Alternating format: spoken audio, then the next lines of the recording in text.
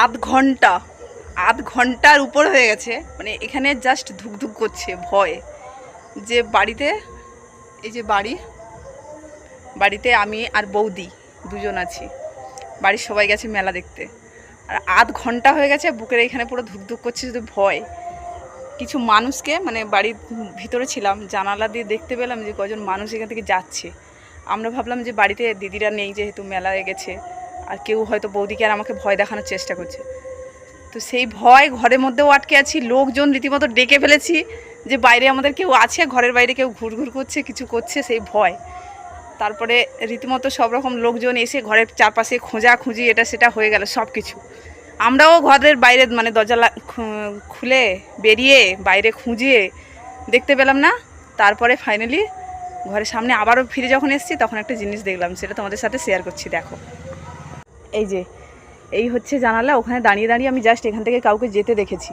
সেই থেকে ভয়ে ধুকধুকনেই এসে আর এখন আমি সেই মানুষটা বাইরে দাঁড়িয়ে আছি। কেন জানো তো? সাহস হয়ে গেছে। কী কারণে সেটাও দেখাই। এতক্ষণ মানে ভয় পেয়ে গেছি, দরজা খুলে দেখলাম এই যে বাবু বাইরে বসিয়ে দিয়ে কেউ চলে গেছে।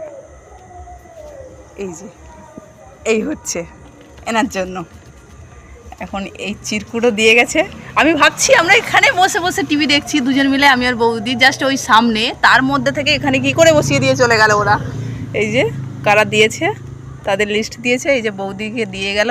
বৌদি এখন ড্রেস চেঞ্জ করতে গেছে, এসে আর তুলে নিয়ে যাবে। আমাদের বাড়িতে প্রথম কার্তিক ঠাকুরকেও বসিয়ে দিয়ে গেল। এখন কী নিয়ম কানুন কিছুই জানি না আমরা। চলো, এসে যখন পড়েছো ঘরে, এতক্ষণ মানে রীতিমতো পুরো বুকের মধ্যে ধুকধুক করছে যে আমাদেরকে কেউ কি কিছু মানে ভয় দেখানোর চেষ্টা করছে। আবার হ্যাঁ, বাজি ফাটাচ্ছে ঘরের সামনে এসে, এমনভাবে কার্তিক ঠাকুর জানান দিতে এসে। কার্তিক ঠাকুর দিয়ে গেছে, বাড়ির বড়রাও কেউ নেই, আর বৌদিও কিছু জানে না, আমিও কিছু জানি না। নাও এমনি ধরে নিয়ে ঘরে নিয়ে চলে যাই, তারপরে দিদি আসলে যা নিয়ম আছে জানবে আর শুনবে।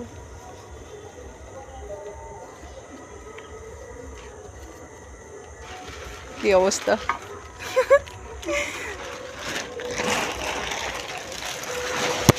খাওয়া চমকা দিয়েছিল এক্ষুনি ঠাকুর।